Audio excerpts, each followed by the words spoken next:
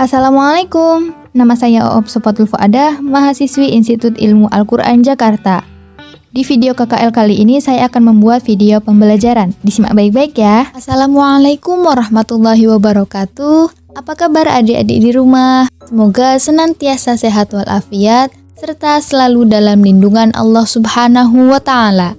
Berjumpa kembali dengan saya pada mata pelajaran Pendidikan Agama Islam.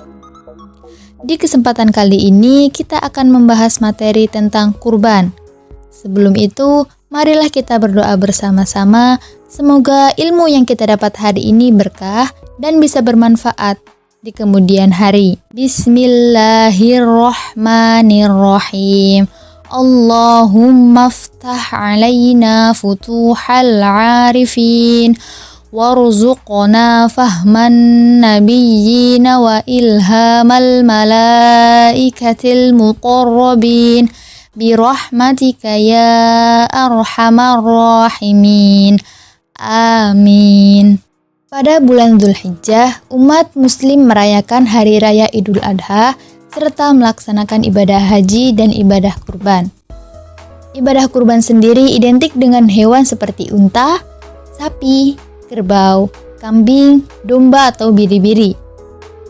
Sebelum kita mengenal lebih jauh tentang hewan-hewan untuk kurban ini, mari kita awali dengan pembahasan apa itu kurban. Kurban secara bahasa berasal dari kata qoroba yang berarti dekat. Sedangkan secara syariat, kurban artinya ibadah dalam bentuk melaksanakan penyembelihan hewan tertentu atas dasar perintah Allah Subhanahu wa Ta'ala dan petunjuk Rasulullah Sallallahu Alaihi Wasallam dengan harapan dapat mendekatkan diri kepadanya. Perintah untuk berkurban terdapat dalam surah Al-Kautsar ayat 1-3 yang berbunyi, A'udzu billahi minasyaitonir rajim. Bismillahirrahmanirrahim. Inna a'tainakal kautsar. Fasholli lirabbika wanhar. Inna syani'aka huwal abtar. Yang artinya, sungguh kami telah memberimu Muhammad nikmat yang banyak. Maka laksanakanlah sholat karena Tuhanmu dan berkurbanlah sebagai ibadah dan mendekatkan diri kepada Allah. Sungguh orang-orang yang membencimu dialah yang terputus dari rahmat Allah. Jenis hewan yang diperbolehkan untuk dijadikan kurban antara lain unta, sapi, kerbau, kambing, domba, atau biri-biri. Adapun ketentuan hewan-hewan tersebut, yang pertama, hewannya harus sehat atau tidak menimbulkan bahaya.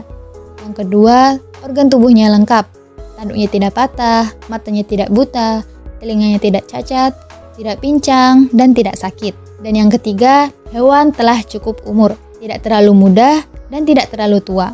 Untuk unta yang siap dijadikan kurban adalah unta yang berusia 5 tahun, sedangkan sapi, kerbau, dan kambing berusia 2 tahun, domba atau biri-biri berusia 1 tahun atau telah berganti gigi. Untuk hewan unta, sapi, dan kerbau boleh dijadikan untuk kurban sejumlah 7 orang, sedangkan kambing dan domba hanya untuk kurbannya 1 orang saja.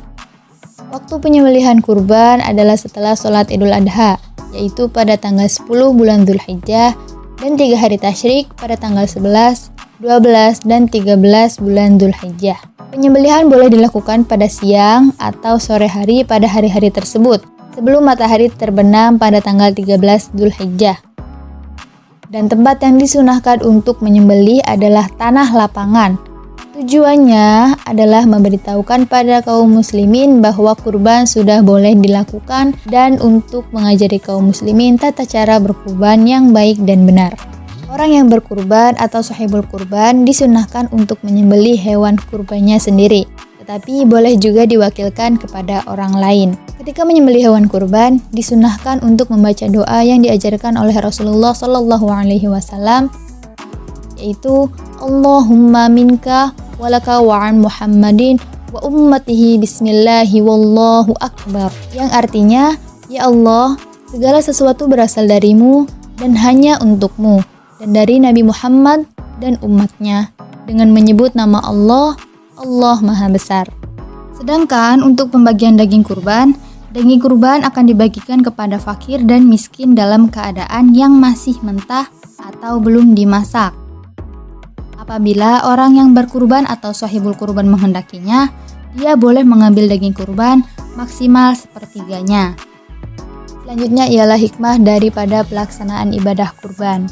Ibadah kurban merupakan sarana agar kita lebih mendekatkan diri atau taqarrub kepada Allah Subhanahu wa Ta'ala. Selain itu, kurban pada Idul Adha bertujuan untuk menghidupkan makna takbir yang kita baca pada tanggal 10 sampai 13 Zulhijjah, dan juga melatih diri kita agar bersikap lebih dermawan, lebih peduli kepada sesama, dan menjauhkan kita dari sikap tamak, rakus, kikir, dan sewenang-wenang kepada orang lain.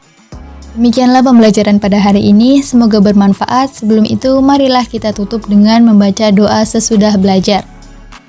Bismillahirrahmanirrahim.